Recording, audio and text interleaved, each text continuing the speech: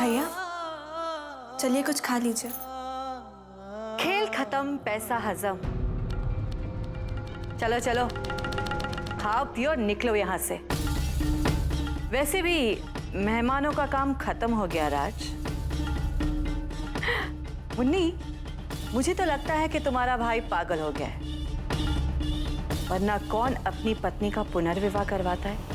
और वो तो छोड़ो, आ गया बेशर्मों की तरह वर वधू को बधाई देने। और तुम्हारी बहन, हाँ वो तो किसी के प्यार में पागल होकर घर छोड़कर अपना मुंह काला करवाने निकल पड़ी है। जो भी घटिया बातें करनी है ना, अपने दामाद के होने वाली दूसरी पत्नी के लिए कीजिए। तुम्हारी जागीर वो होगी। मेरी बहन के बारे में एक शब्द भी कहा ना तो मुझसे। भैया बस आप चलिए यहाँ से। आंटी से ऐसे बात करेंगे आप? वो भाभी की होने वाली सास है। चलिए आप।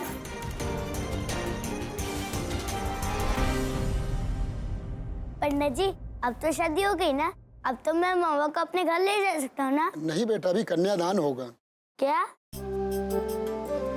कन्यादान मतलब? माँ अपनी बेटी को विवाह के इस रस्मों में पति को सौंप देती है। मतलब अपनी बेटी को एक तोहफे की तरह पति को दे देना। तो फिर मैं अपनी डैडी का कन्यादान कराऊंगा। नहीं नहीं नहीं नहीं बेटा, लड़कियों का कन्यादान होता है, लड़कों का नहीं। अब वधू के माता पिता को कन्यादान के लिए बुलाइए।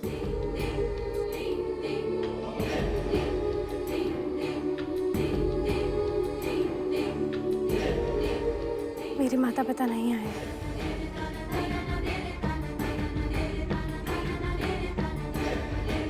ये क्या, बेटी की शादी में माँ बाप नहीं है? क्या जमाना आ गया है।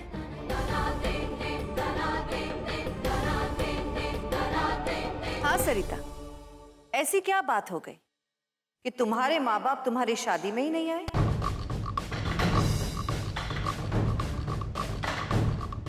मैंने उनसे रिश्ता तोड़ दिया है। सरिता, कोई बेटी अपने माँ बाप से रिश्ता नहीं तोड़ती। जरूर कुछ तो हुआ होगा कि तुम्हारे माँ बाप ने ही तुम्हारे साथ रिश्ता तोड़ दिया।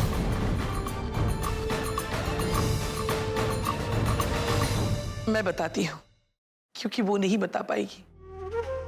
क्योंकि शरीफ घर की लड़कियां अपने घर का तमाशा नहीं बना सकती। सरिता ने अपने माता पिता से रिश्ता तोड़ दिया है क्योंकि उन्होंने उसके पति का अपमान किया था।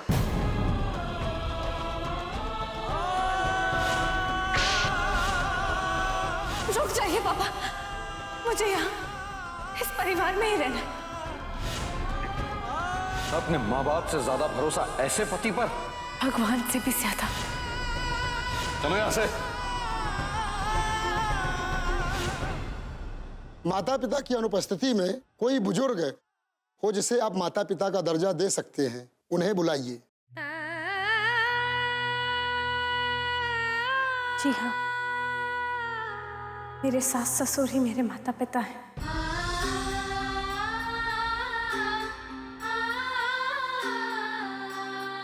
वो ही मेरा कन्यादान करेंगे।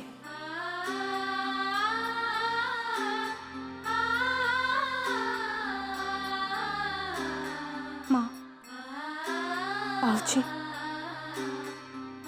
आप मेरा कन्यादान करेंगे ना? सरिता, वैसे तो तुम्हारी सास के मुंह से बस तुम्हारे लिए गालियां निकलती रहती है और तुम ईंट का जवाब पत्थर से देती हो।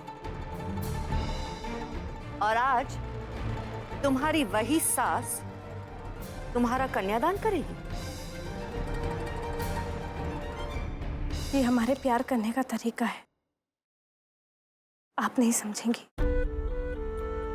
जब खाने में नमक मिर्च कम होता है तो खाना कैसा लगता है, वैसे ही जब रिश्ते में नोक झोंक ना होना तो वो रिश्ता भी फीका लगने लगता है। अब आप मेरी सास बनेगी ना, तब मैं आपको भी अपने अंदाज में जवाब दूंगी।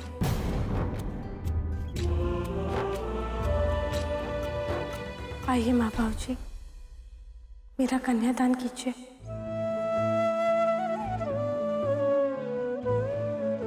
आओ बेटा, आओ।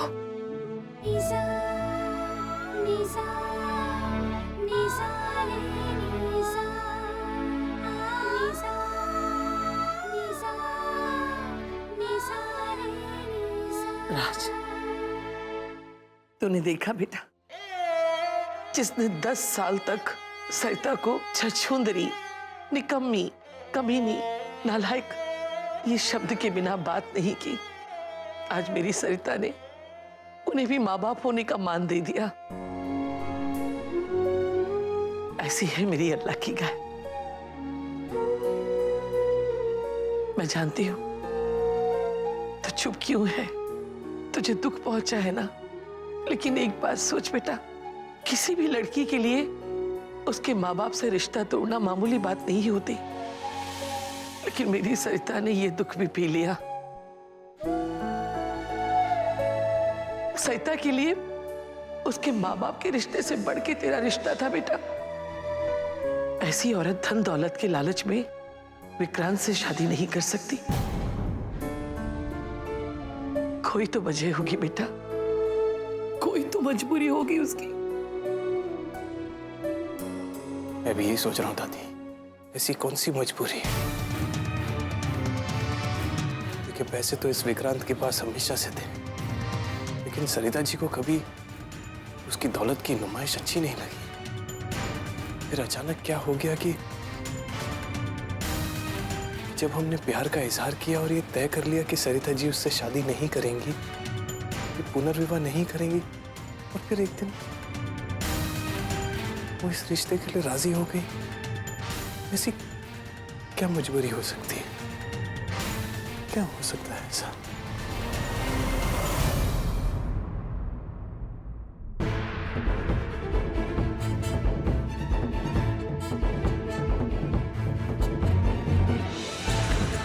मेरी वजह से मजबूर हुई है भाभी, मेरी वजह से भैया से रिश्ता तोड़कर विक्रांत जी से शादी करने वाली है।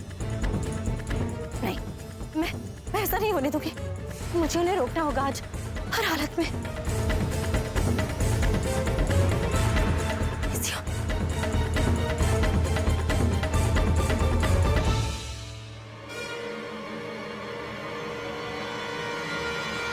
ओम श्रीश्चते लक्ष्मी शापत्न्या बहोरात्रे पार्श्वे नक्षत्राणि रूपमस्विनो।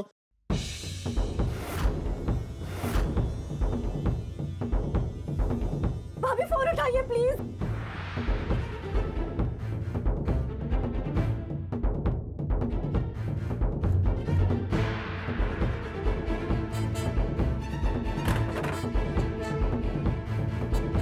अब वधू का हाथ वर के हाथ में दें।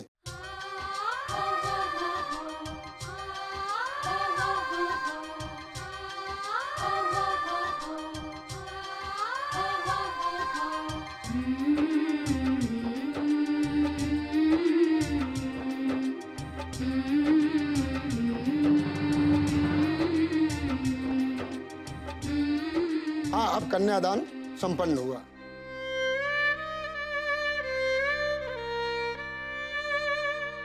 बेटी, अपनी बेटी शीला का कन्यादान तो मैं आज तक नहीं कर पाई,